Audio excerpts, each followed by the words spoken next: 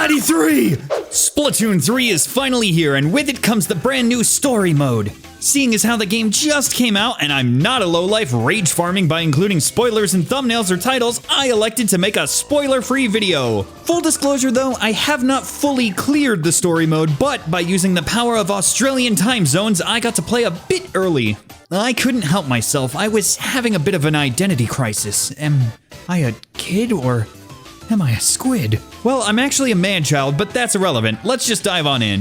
Splatoon 3 Story Mode is the next installment in the fun genre of colorful Nintendo game, with horrific implications in their lore. You start off like the Splatfest demo, making your Squiddo or Octo a little small fry, ignoring the tutorial area, and heading over to catch a bus with a Zach Hadel-looking fishy. They're the same picture. Before plopping down in Splat Town. Once you dip into the sewers, you start off Story Mode. If you haven't played the other Splats, essentially Story Mode exists to lore dump and get you familiar with the game's mechanics. Every stage is an obstacle course, sometimes filled with baddies, but ultimately designed to teach you how to maneuver and fight. This Story Mode follows the Octo expansion model, where you begin at each stage by choosing a few predetermined weapons. Sometimes they will offer extra rewards if they make the stage more challenging. Certain stages will also shower you in failure if you don't meet certain requirements, akin to Took a breath, test failed.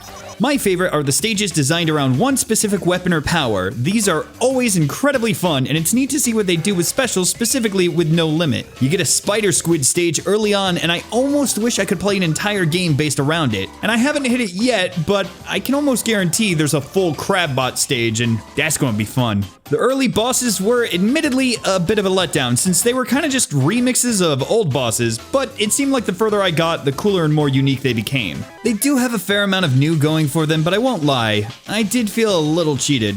There are only 5 bosses too, so it makes it sting a little more. Sure, the other titles only had 5 as well, but sequels need to go above and beyond. However, without spoiling, they do get bonus points for giving me flashbacks to my least favorite Mario Sunshine mission. The writing is still the fun, pun-filled puntacular, with characters constantly grabbing at straws to fit a fishy-filled pun into fights. But admittedly, I love that. I actively chortled after beating a few of the bosses just because of the writing and animation. And ooh boy, the animations, characters, and story mode are so expressive this time out. I was constantly smiling seeing their funny and over-the-top movements for pretty mundane actions. Everyone in it is just adorable, but I'll talk more about that when I do a full salt for this mode. All I'll say in terms of characters is I love Deep Cut a lot more after playing.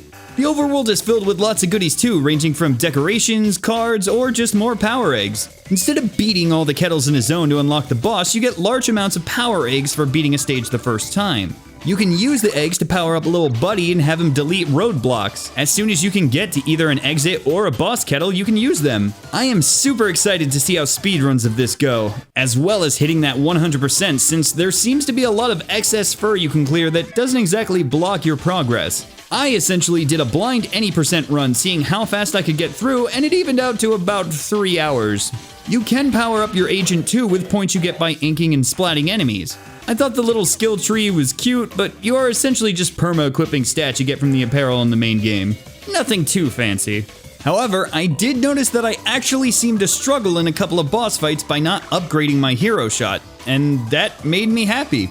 It was essentially a chosen hard mode. I love that kind of accessibility in a game. You can upgrade your little buddy too, but he is kind of just a glorified bomb you get to use when you use the hero shot. He can distract enemies, find secrets, and smack Octarians, but he isn't like some amazing game-breaking new addition or anything.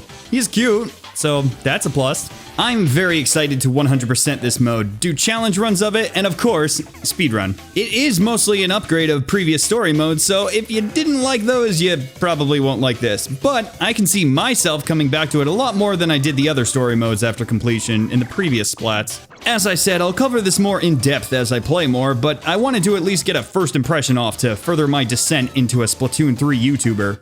Hope you guys are ready for more Splat vids!